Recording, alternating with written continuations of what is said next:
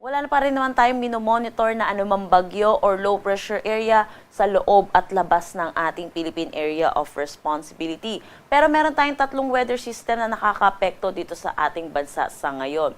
Kung makikita natin dito sa bahagi ng Mindanao, meron tayong mga kumpol ng kaulapan. Ito po yung Intertropical Convergence Zone or ITCZ na nakakaapekto dito sa may Southern Mindanao. Pangalawa, itong northeast monsoon natin or amihan na patuloy na umiiral dito sa may northern at central Luzon. At pangatlo, yung easterlies or yung mainit at malinsangan na hangin na nanggagaling sa dagat Pasipiko na umiiral naman dito sa nalalabing bahagi ng ating bansa.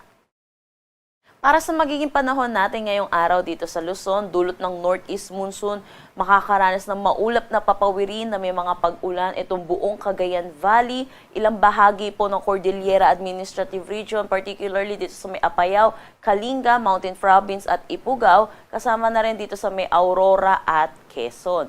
Samantala, dito naman sa Bicol Region, dulot naman ito ng easterlies kaya makakaranas sila ng mataas na tsansa ng mga pag-ulan throughout the day. Para naman dito sa Metro Manila, Ilocos Region, nalalabing bahagi ng Cordillera Administrative Region at Central Luzon, maaliwalas na panahon naman ng ating aasahan pero asahan din po natin yung mga isolated light rains. Dito naman sa Mimaropa, liban na lang dito sa Palawan, makakaranas din sila ng maaliwalas na panahon pero mataas po ang tsansa ng mga localized thunderstorm lalo na sa hapon at sa gabi.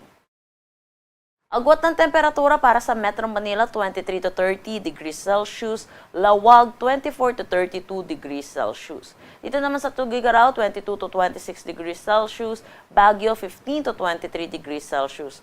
For Tagaytay, 22 to 28 degrees Celsius, at Legazpi, 25 to 31 degrees Celsius.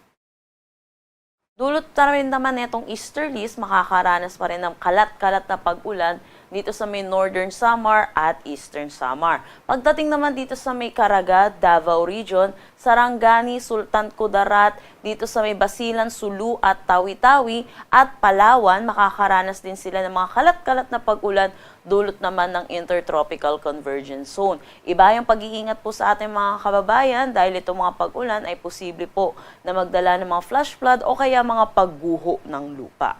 Para naman dito sa nalalabing bahagi ng Mindanao, pati na rin ng Visayas, maaliwalas na panahon naman ang kanilang aasahan. Pero yun po, asahan din po natin yung mataas na tsansa ng mga localized thunderstorm lalo na sa hapon at sa gabi. Agwat ng temperatura para sa Kalayaan Islands at Puerto Princesa, 25 to 32 degrees Celsius. Dito sa Iloilo, 25 to 32 degrees Celsius. Cebu, 26 to 32 degrees Celsius.